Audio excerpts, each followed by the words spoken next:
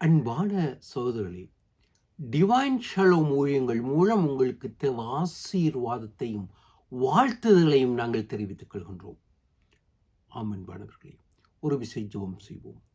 கர்த்தாவே, அடியினுடைய வாயின் வார்த்தைகளும் எங்கள் அனைவருடைய இருதயத்தின் சிந்தனைகளும் தியானங்களும் உம்முடைய சமூகத்துக்கு உகந்தனவாய் ஒளிமயமாய் இருக்க கிருபை தாரும். உங்களுடைய பரிசுத்தாவின் அபிஷேகத்தினால் நிரப்புங்கள்.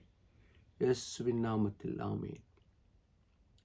அன்பானவர்களே, வேத பாடமாக மெல்கியாதிகேசின் புஸ்தகம் 4ஆம் அதிகாரம் 2ஆம் வசனத்தை வாசிக்க கேட்போம். ஆனாலும் என் நாமத்திற்கு பயப்படுகிற உங்கள் மேல் நீதியின் சூரியன் உதிக்கும், அதன் செட்டுகளின் கீழ் ஆரோக்கியம் இருக்கும். நீங்கள் வெளியே புறப்பட்டு போய் கொழுத்த கன்றுகளைப் போல் வளருவீர்கள். ஆம் அன்பானவர்களே, அருமையான வேத வாக்கியமாக இருக்கின்றது. இங்கே பார்க்கும் பொழுது ஆங்கிலத்திலும் தமிழிலும் மொழிபெயர்க்கப்பட்டது எபிரேய பதத்திலிருந்து பார்க்கும் பொழுது, என் நாமத்துக்கு பயந்திருக்கின்ற உங்கள் மேல் நீதியின் சூரியன் உதிக்கும். இங்கு பயந்திருக்கின்ற என்ற வார்த்தை வருகின்றது. ஆயினும் அது மொழிபெயர்ப்பு பயந்த என்ற ஒரு மொழிபெயர்ப்பை தருகின்றது. பயந்து என்பது அல்ல, என் நாமத்தை கனப்படுத்துகின்ற உங்கள் மேல். என் நாமத்தை நீங்கள் கனப்படுத்தும் பொழுது நீதியின் சூரியன் உதிக்கும் என்பதைத்தான் இங்கு பார்க்கின்றோம். பயப்படும் என்னும் பொழுது அங்கு நாங்கள் ஒரு பயங்கரமான ஒரு பொருளை பார்த்து பயந்து நடுங்குவதை அல்ல. அதன் உண்மையான தாற்பயம் என் நாமத்தை கனப்படுத்துகின்ற பொழுது, அங்கு இங்கிலாந்து நாட்டின் அரசனை பார்க்கும் பொழுது நாங்கள் அவருக்குரிய கனத்தை கொடுக்கின்றோம். ஆம், அந்த கனத்தை அந்த கனம் என்ற பதத்தை தான் என் நாமத்தை கனப்படுத்துகின்ற உங்கள் மேல் நீதியின் சூரியன் உதிக்கும், அதன் சட்டைகளின் கீழே ஆரோக்கியம் இருக்கும். நீங்கள் வெளியே புறப்பட்டு போய் கொழுத்த கன்றுகளைப் போல வளர்வீர்கள். ஆரோக்கியம் இருக்கும். ஆம், ஆண்டுடைய நாமத்தை கனப்படுத்தும் பொழுது, அதற்கு நாங்கள் செவிசாய்க்கும் பொழுது, அவர்களின்படி செயல்படும் பொழுது என்பதன் அர்த்தத்தை இங்கு தெளிவாக நாங்கள் பார்க்கக்கூடியதாக இருக்கின்றோம். அங்கு சந்தோஷமாக துல்லியமாக நாங்கள் கொழுத்த கன்றுகளைப் போல வளருவோம். ஆம், சந்தோஷம், மகிழ்ச்சி, சமாதானம் அனைத்தும் அங்கு இருக்கும் என்பதை தெளிவாக மெல்கியாதிகேசின் மூலம் ஆண்டவர் உமக்கு உரைக்கின்றார். அன்பானவர்களே, இங்கு நாங்கள் பார்க்கின்றோம் ஏசாயாதிகேசின் புஸ்தகம் 61ஆம் அதிகாரம் முதல் 3 வாக்கியங்களையும் பார்க்கும் பொழுது, அங்கு ஆண்டவர் இயேசுவின் வாக்குத்தத்தம், அங்கு அவர் அபிஷேகம் பண்ணப்பட்ட, அங்கு வாக்கு பண்ணப்பட்டதை, அவரின் ஆரோக்கியம் இருக்கின்றது என்பதை அங்கு ஏசாயாதிகேசின் புஸ்தகம் எடுத்து கூறியதை அங்கு பார்க்கின்றோம். அதை ஆண்டவர், அதே இறைவன் மனிதனாக உலகத்தில் வந்த பொழுது, ஒரு இறைவன் 3 ஆழ்த்தத்துவம், அவர் ஆலயத்தில் ஏசாயாதிகேசின் புஸ்தகம் 4ஆம் அதிகாரம் அங்கு 18ஆம் வசனத்தை நாங்கள் பார்க்கும் பொழுது அங்கு பார்க்கின்றோம். அங்கு அழகாக அங்கு தெளிவாக கூறப்படுகின்றது, இதோ ஆண்டவருடைய ஆவியானவர் என் மேல் இருக்கின்றார், கர்த்தருடைய ஆவியானவர் என் மேல் இருக்கிறார், தரித்திரருக்கு சுவிசேஷத்தை பிரசங்கிக்கும்படி என்னை அனுப்பினார், இருதயம் நறுங்குண்டவர்களை குணமாக்கவும், சிறைப்பட்டவர்களுக்கு விடுதலையையும், குருடருக்கு பார்வையையும் பிரசித்தப்படுத்தவும், நறுங்குண்டவர்களை விடுதலையாக்கவும், கர்த்தருடைய அனுக்கிரக வருஷத்தை பிரசித்தப்படுத்தவும் என்னை அனுப்பினார் என்று எழுதியிருக்கிற இடத்தை கண்டு ஆண்டவர் வாசித்தார். ஆமென் மாணவர்களே, இங்கு ஆண்டவர் இயேசு தான் இந்த உலகத்தில் வந்தது மனுக்குலத்துக்கு ஆரோக்கியத்தை தருவதற்கு என்பதை தெளிவாக உமக்கு எடுத்து விளக்குவதை நாம் பார்க்கக்கூடியதாக இருக்கின்றது. அன்பானவர்களே, அங்கு முதல் மனிதன் ஆதாமாவால் சிருஷ்டிக்கப்பட்ட பொழுது சம்பூர்ணமுள்ள மனிதர்களாக அங்கு இறைவன் அவர்களை சிருஷ்டித்தார். எந்த குறையும் இல்லை, சம்பூர்ணம். ஆவி, ஆத்மா, சரீரம், ஐம்புலன்கள் அனைத்தும் சீராக இயங்கியது. சரீரத்தில் நோய் இல்லை, மனதில் நோய் இல்லை, மனோதத்துவ வியாதி இல்லை, எல்லாம் சீராக இயங்கியது. ஆம், அந்த சீரை பாவம், இருள் மேற்கொண்டது. வியாதியை கொண்டு வருபவன் பிசாசு. ஆம், எனவே அவன் எம்மையும் இறைவனையும் பிரிப்பதற்கு அநேக உபாய தந்திரங்களை கொண்டு வருகின்றான். ஆயினும் சிலுவையில் பிசாசின் தலையை நசுக்கி ஆண்டவர் வெற்றி தந்தார், எமக்கு சுகத்தை தருகின்றார். கூறப்பட்ட ஏசாதிகாசின் வாக்கு தத்தம், இயேசு நானே மனுக்குலத்துக்கு விடுதலையை தருவதற்கு சிலுவையில் எனது பாவத்தையும் உங்களது பாவத்தையும் அவர் தன்மேல் ஏற்று எமக்கு விடுதலையை தந்தார். மனுக்குல மாதாமாவால் பாவத்திற்கு முன்பு இருந்த அந்த சாபத்தை போக்கி அந்த முன்பு இருந்த அதே தேவ சாயலை மீண்டும் உமக்கு பெற்றுத்தர இயேசு வந்திருக்கின்றார். அன்பானவர்களே, அவர் நீதியின் சூரியன். தன்மல்காதிகாசின் புஸ்தகத்தில் நீதியின் சூரியன் சட்டைகளின் கீழே ஆரோக்கியம் இருக்கும், அங்கு வியாதி இல்லை, துன்பம் இல்லை என்பதை தெளிவாக நாங்கள் பார்க்கக்கூடியதாக இருக்கின்றது.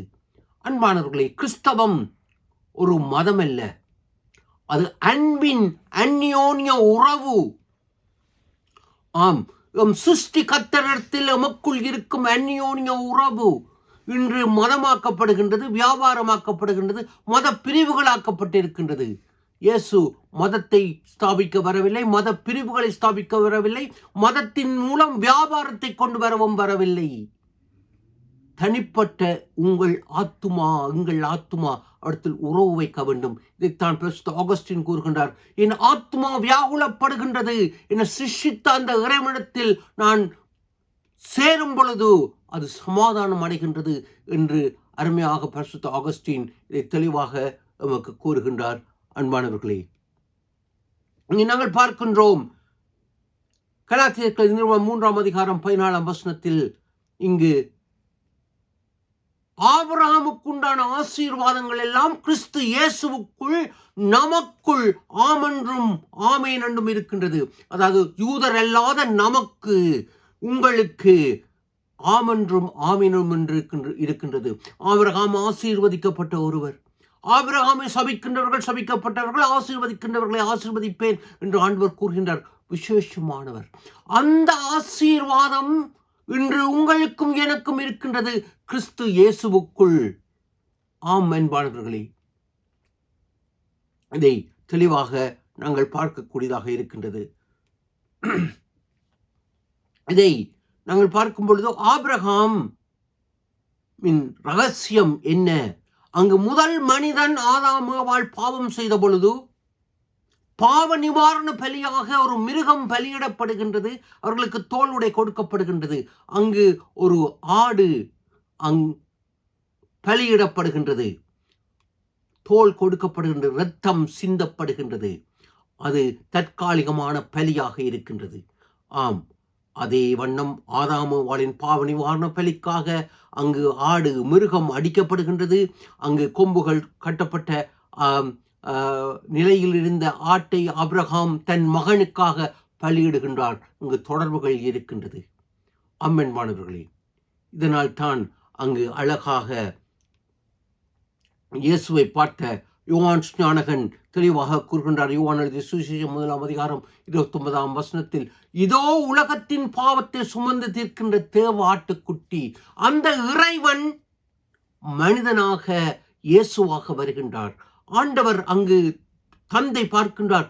ஆபிரகாம் தன் மகனை பலியிட எனக்காக வந்தான், நானும் மனுமைந்தனாக தேவமைந்தனாக உலகத்தில் வந்து மனுமக்களின் சாபத்தை போக்குகின்றேன். ஆம், அதில் ஒரு தொடர்பு இருக்கின்றது அன்பானவர்களே. ஆம், அங்கு இறைவன் கொடுத்த கட்டளைகள், இறைவன் அங்கு மல்காதிகாசின் புத்தகத்தில் கூறப்பட்டபடி அவருடைய நாமத்தை கனப்படுத்தும் பொழுது, அவருடைய கட்டளைகளுக்கு நாங்கள் செவி சாய்க்கும் பொழுது அவருடைய ஆசீர்வாதங்கள், ஆரோக்கியங்கள் எமக்குள் இருக்கும் என்பதை தெளிவாக பார்க்கக்கூடியதாக இருக்கின்றது. இங்கே நாங்கள் தெளிவாக பார்க்கின்றோம், விஞ்ஞானம் கூறுகின்றது, சூரிய ஒளி கதிர்கள் இயற்கையின் சக்தி எம் உடலுக்கு அவசியம் தேவையாக இருக்கின்றது. அநேக வியாதிகளை எம்மை விட்டு எடுக்குகின்றது. காலையில் இளம் வெயிலில் நடக்கும் பொழுது எம் சரீரத்துக்கு ஆரோக்கியம், இதயத்துக்கு ஆரோக்கியம், அநேக வியாதிகளை குணமாக்குகின்றது. மனோதத்துவ வியாதிகளை குணமாக்குகின்றது. அநேக விஞ்ஞான ரீதியாக, மனோதத்துவ ரீதியாக அங்கு சூரியனுக்கு அங்கு ஆசீர்வாதங்கள் சூழ்நிலிருந்து வருகின்றது என்பதை நாங்கள் பார்க்கக்கூடியதாக இருக்கின்றது. இதைத்தான் மெல்காதிகஸின் புஸ்தகத்திலும் கூறப்படுகின்றது. அங்கு சூரியன், நீதியின் சூரியனின் இளம் கதிர்கள் அங்கு செட்டைகளின் கீழே ஆரோக்கியம் இருக்கும் என்பதை தெளிவாக மெல்காதிகஸின் புஸ்தகத்தில் நாங்கள் வேத பாடத்தில் வாசிக்க கேட்டதை பார்க்கின்றோம். இங்கே தெளிவாக நாங்கள் பார்க்கின்றோம். வெளிப்படுத்தல் நிருபம் 21 அதிகாரம் 4 வசனத்தில் அங்கே அழுகையும் இல்லை, துன்பம் இல்லை, வியாதியும் இல்லை,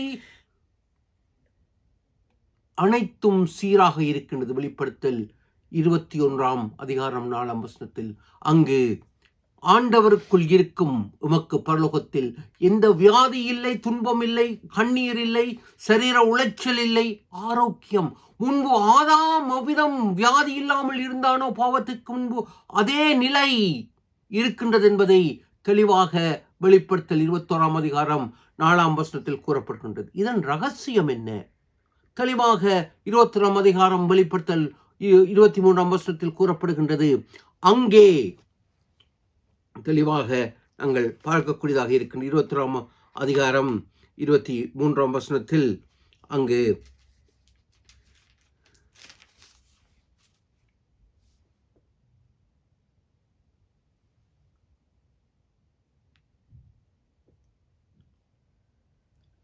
நகரத்துக்கு வெளிச்சம் கொடுக்க சூரியனும் சந்திரனும் அதற்கு கொண்டு வருவதில்லை. தேவனுடைய மகிமையே அதை பிரகாசிப்பிக்கும். ஆட்டுக்குட்டியானவரே அதற்கு விளக்கு. நகரத்துக்கு சூரியனும் இல்லை, சந்திரனும் இல்லை. தேவனுடைய மகிமையே, இயேசுவின் மகிமையே நகரத்துக்கு வெளிச்சமாயிருக்கும். இயேசுதான் அங்கு சூரியனாக இருக்கின்றார். ஆமென் மாணவர்களே, இதைத்தான் தெளிவாக அங்கு பார்க்கின்றோம். எனவே அந்த சூரியன் இயேசு உமக்குள் இருக்கின்றார். நீதிமொழிகள் 6 அதிகாரம் 23 வசனத்தில் பார்க்கின்றோம்.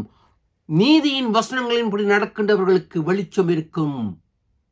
இன்று வேத சத்தியங்களின்படி நடக்கும் பொழுது அவை வெளிச்சம், இருளின் ஆதிக்கம், உலகத்தின் அசுத்தங்கள், பாவங்கள் அனைத்திலும் இருந்து ஜீவ பாதையில் உம்மை வழிநடத்தும். சிந்திப்போம். இயேசுவே வழி, இயேசுவே ஒளி.